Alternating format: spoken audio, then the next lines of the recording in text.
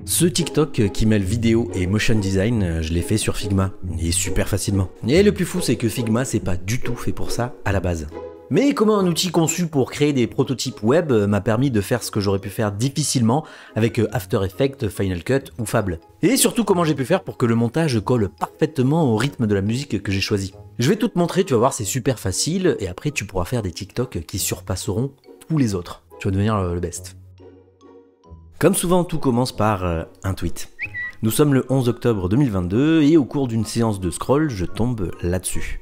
Figma fait une annonce. On peut maintenant intégrer des vidéos dans nos prototypes. Une annonce comme ils en font souvent. Et ma première réaction fut comment dire ok, c'est cool. Mais même si je suis passé très vite à autre chose, cette information va planter une petite graine dans ma tête. Je continue mes occupations habituelles, à savoir du montage et encore du montage. Du coup, je suis toujours à la recherche de l'outil parfait qui me permettrait de gagner du temps sur l'animation. Je pense pas l'avoir encore trouvé, mais s'il y a bien un truc que j'adore, c'est détourner des usages. Hacker des outils et comprendre comment je peux m'en servir pour faire d'autres choses. Surtout des outils sur lesquels je suis complètement à l'aise. C'est ce que je fais depuis le début de cette chaîne, comme avec une de mes premières vidéos, comment créer une story animée sur Figma, dans laquelle j'utilise la puissante fonctionnalité Smart Animate dans le but d'en faire des vidéos. Le principe est simple, tu as juste à créer deux designs avec les mêmes objets et l'outil va automatiquement générer une animation entre les deux états, comme un grand. C'est parfait pour des petites animations comme des bannières et des stories. Mais maintenant que je peux y ajouter de la vidéo, ça change la donne, non ? Du coup, comment faire ? Déjà on le sait, Figma ne permet pas d'exporter ses prototypes en vidéo. On part mal, mais pas d'inquiétude.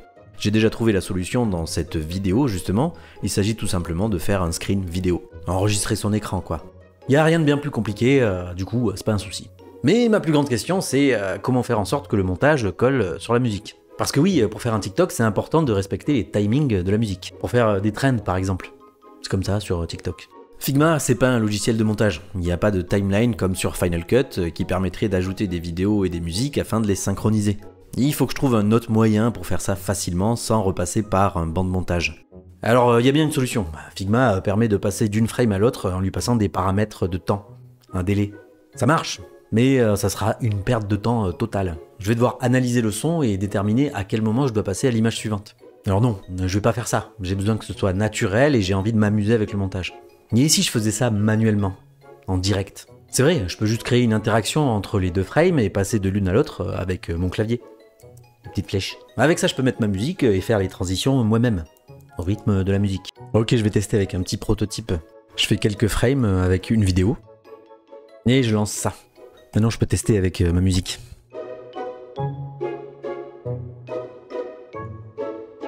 C'est fou, ça marche super bien. Est-ce que je viens pas d'inventer une nouvelle façon de faire du montage et du motion en mode industriel?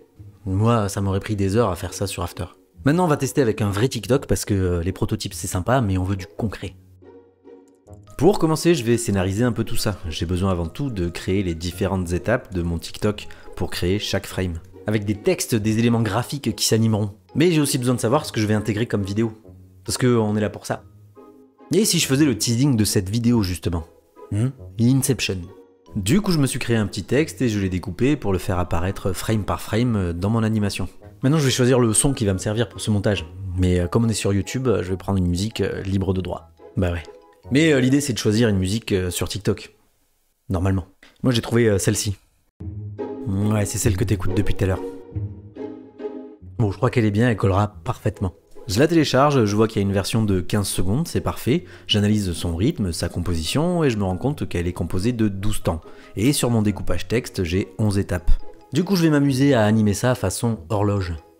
Pour la vidéo que je vais intégrer dans mon animation, j'ai envie de m'amuser un peu. Et pour montrer que c'est bien moi qui interagis sur l'animation, je vais me filmer en rythme comme si je faisais tourner une roue invisible. Ça me permettra d'animer cette vidéo pour lui faire le tour du cadran. Mais pour l'intégrer sur Figma, il faut savoir que l'application accepte seulement des fichiers de 30 mégas en MP4. Mais pas de panique, il y a notre ami VLC qui est là pour ça. Je glisse ma vidéo et j'enregistre. Et comme on est sur des formats courts, pas de problème avec le poids. Je peux maintenant la glisser dans Figma. Pour mon texte, je vais créer une roue à engrenage avec une étape pour chacun des 12 crans. J'ai juste à placer des repères et placer mes textes. Ok, j'ai à peu près tous les éléments qu'il me faut, je peux commencer à créer mes premières frames.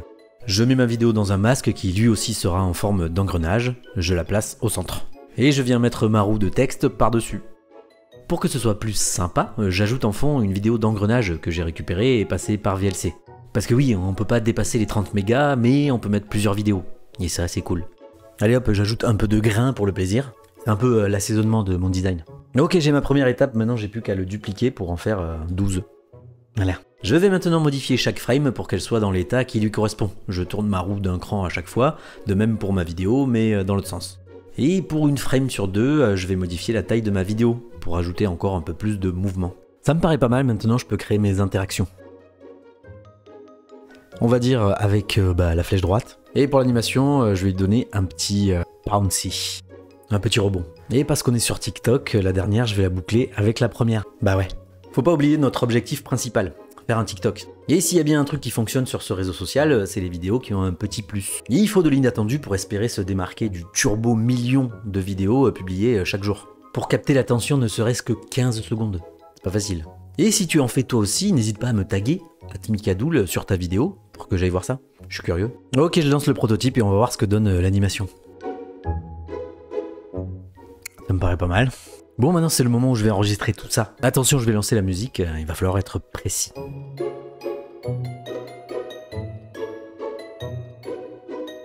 Ouais, ça marche bien. Et franchement, c'est tellement facile à faire. J'ai plus qu'à publier ça et je cale le son au bon moment sur TikTok. And that's it. Et puis parce qu'il faut pas se priver, je vais faire la même pour Instagram et YouTube. Des vidéos dans ce genre-là, je vais probablement en faire quelques-unes. Ça m'a vraiment pris peu de temps et elles sont efficaces. Je t'invite fortement à en faire toi aussi et n'oublie pas que si tu en fais, tu peux me taguer pour que je vois ça. Et n'oublie pas, si tu veux voir un tuto plus complet sur l'animation sur Figma, tu peux aller voir cette vidéo. Je te fais des bisous.